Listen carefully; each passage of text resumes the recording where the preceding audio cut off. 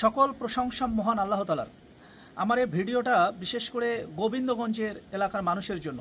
শুনেন, যদি দয়া করে আমাদের গোবিন্দগঞ্জে যিনি ওসি মহোদয় আছেন, অফিসার ইনচার্জ, আপনি যদি দয়া করে আমার এই ভিডিওটা দেখেন, একটু দয়া করে আপনি পুরোটা দেখবেন। কারণটা হচ্ছে, আমাদের এই গোবিন্দগঞ্জে আপনি জানেন যে প্রতারণার ধরনটা বিভিন্ন রকম হয়, কিন্তু গোবিন্দগঞ্জে যে প্রতারণা, বিশেষ করে 3-4টা ইউনিয়ন, তালুককানুপুর, দরবস্ত, তালুককানুপুর আমার নিজেরও ইউনিয়ন, তালুককানুপুর, দরবস্ত, নাকাই, এরকম 3-4টা ইউনিয়নে যে ডিজিটাল ফরম্যাটে যে প্রতারণাটা যেটা হচ্ছে, যেটাকে আমরা হ্যাকিং বলে থাকি বা হ্যাকার, এই হ্যাকার চক্র এরা এতটাই এদের তৎপরতা বেড়ে গেছে এবং এদের যে টার্গেট আপনি জানেন যে এদের টার্গেট একেবারে নিম্ন আয়ের যে মানুষ, অসহায় যে মানুষ, দুস্থ যে মানুষ, পাশাপাশি যারা বয়স্ক ভাতা পায়, এই টাইপের লোকগুলোকে টার্গেট করে দেখা যায় তাদেরকে সর্বশান্ত করে দিচ্ছে। এবং আমার মনে হয় যে এদের সাথে বিভিন্ন বিকাশ এজেন্ট এরাও কিন্তু জড়িত থাকতে পারে। সুতরাং আমার মনে হয় যে এই জায়গা থেকে আইন শৃঙ্খলা বাহিনী বা আপনার যে একটা তৎপরতা, এটা আরও বেশি জোরদার করতে হবে। এবং এই জায়গা থেকে আমি বলতে চাই, গোবিন্দগঞ্জ যিনি ওসি মহোদয় আছেন এবং পাশাপাশি আমাদের গাইবান্ধা যিনি পুলিশ সুপার মহোদয় রয়েছেন, দুজনের যৌথ সমন্বয়ে আমার মনে হয় যে এটা অনেকাংশে কমানো সম্ভব।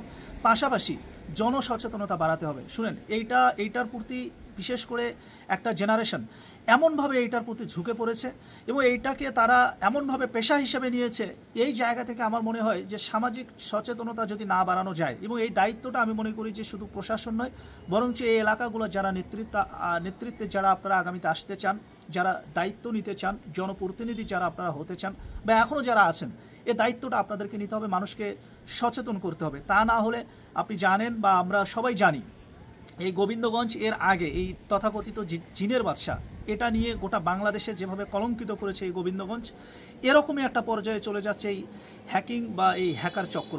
এখনই যদি এদেরকে দমন না করা যায়, তাহলে দেখা যাবে এটাও বাংলাদেশে একেবারে আমাদের এই গোবিন্দগঞ্জকে যতটুকু মান সম্মান আছে এটাও একেবারে নষ্ট করে দেবে, কলঙ্কিত করে ফেলবে। এমনকি গোবিন্দগঞ্জের মানুষ হিসাবে পরিচয় দিতেও বাইরে গিয়ে লজ্জাবোধ হবে। তাই আমার মনে হয় যে এই জায়গা থেকে সচেতন হতে হবে, সচেতনতা বাড়াতে হবে। পাশাপাশি আমি বলতে চাই, একেবারে অনুরোধ করতে চাই, আমাদের গোবিন্দগঞ্জের যিনি ওসি মহোদয় আছেন, আমি ওনাকে ব্যক্তিগতভাবে চিনি, উনিও আমাকে চেনেন, আমি কোর্টে অনেক সময় কাজ করার সুযোগ হয়েছে।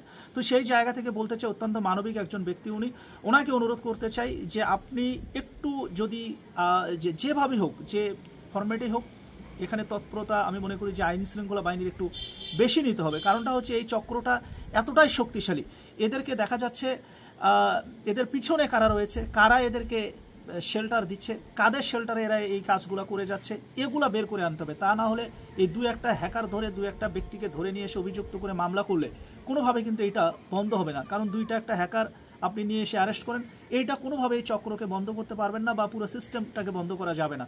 আমার মনে হয় যে এই সিস্টেমটাকে উন্মোচন করতে হবে, এই সিস্টেমটাকে বন্ধ করে দিতে হবে, তাহলে দেখা যাবে অনেকাংশেই এটা কমে যাবে। আমি সর্বশেষ অনুরোধ করতে চাই, গোবিন্দগঞ্জের সম্মানটা একটু হলেও রক্ষা করেন। দেখা যাবে গোবিন্দগঞ্জের মানুষ হিসাবে আমরা অন্তত আপনাদের জন্য দোয়া করব। পাশাপাশি এই যে যারা অসহায় যে মানুষগুলো আছে, যে মানুষগুলোকে এভাবে সর্বশান্ত করা হচ্ছে, তারাও আপনাদের জন্য দোয়া করবে। ভালো থাকবেন, সুস্থ থাকবেন, আল্লাহ হাফেজ।